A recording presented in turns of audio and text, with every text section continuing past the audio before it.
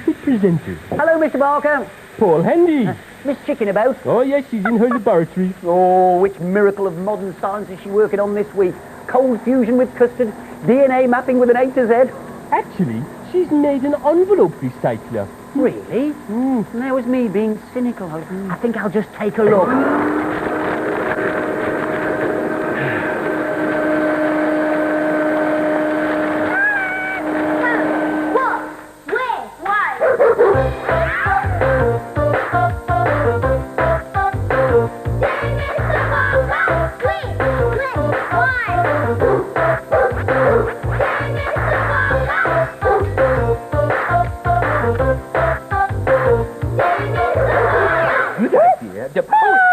And welcome once again to Dear Mr. Barker, the fascinating fact program that answers your questions. And what a packed program we've got. Yes, we'll be barking at bloodhounds, dealing with dust, and baking a bean. Oh, and yes, looking at lace. Miss Chicken loves lace. But here's today's first letter, and it's from Elizabeth Jane Archer from Newport in South Wales. Hello there, Elizabeth. And she's age 11, and she writes, Dear Mr. Barker, could you please tell me how long double-decker buses can go around corners when they're shaped like a rectangle? Well, Elizabeth Jane, they certainly are shaped like a rectangle, as you can see. So, how do they go around corners? Well, let's see whether our roving rover can unlock the puzzle of the rectangular bus, going round and round and round and round. You've heard of Fireman Sam? You've heard of Postman Pat? Meet Bus Bloke Paul.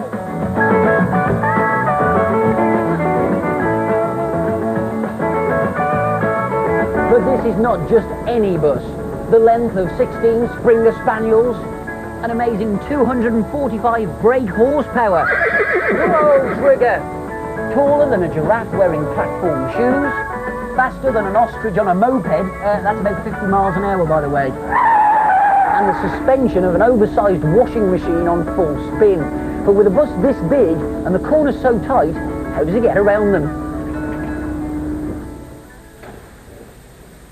Firstly, even though the bus is very long, the wheels aren't actually fixed at the end, so this helps it to get round corners.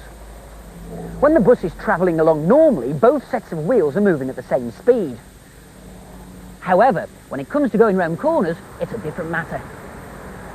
This is where they test buses on the skid pad, so called because it's quite slippy, apparently.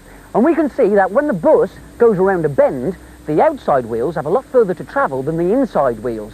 Now, to control this, the bus has something called a differential gear. Oh, differential gear. What's that? I was hoping you weren't going to ask that. A differential gear is a cunning little device which enables the wheels to spin independently of each other. I'll show you. This is the inside wheel, which travels very slowly, and this is the outside wheel, which travels very fast. And they both end up in the same place at the same time. Another thing which is important is the steering wheel. Now take a look at this. It's incredibly heavy, almost impossible to move. But if we switch the engine on, watch this. Hey, power steering. And the more you can move the steering wheel, the tighter the corner you can get around. Finally, it all depends on the driver's training and ability. Now, it's been said that I went round the bend a long time ago, but let's see how I get on. Here we go.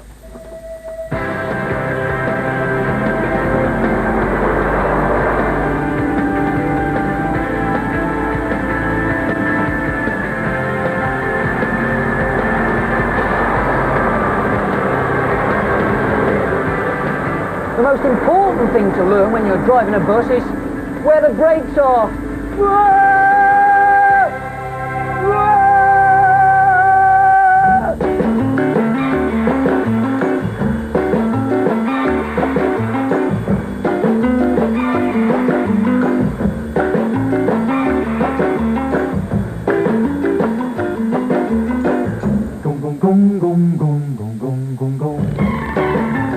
To the doctor!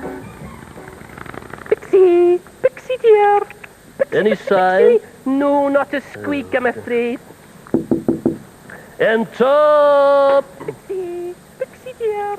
Hello there, doctor! Mr. Barker, what can we do for you this week? Well, I've a letter here from Hannah Woolstonholme in Cheshire.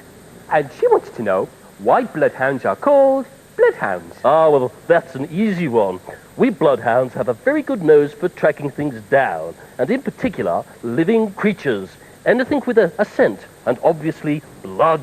But we haven't always been known as bloodhounds. No, that's right, dear. Yes, originally we were known as St. Hubert's hounds, or Chien de la Chasse de Saint Hubert. That's French, dear, after a Belgian bishop of the same name who was the patron saint of huntsmen. And of course, what do some humans use bloodhounds for? I don't know. Hunting. Yes. Oh, right, yes. I hope that answers your question. Yes, I think it does. Only one more thing. What is it you seem to have lost? Oh, our pet mouse, Pixie. Can't seem to find him anywhere. Oh, Pixie, Pixie, Pixie. Pixie, eh? Yeah. Squeak. Pixie!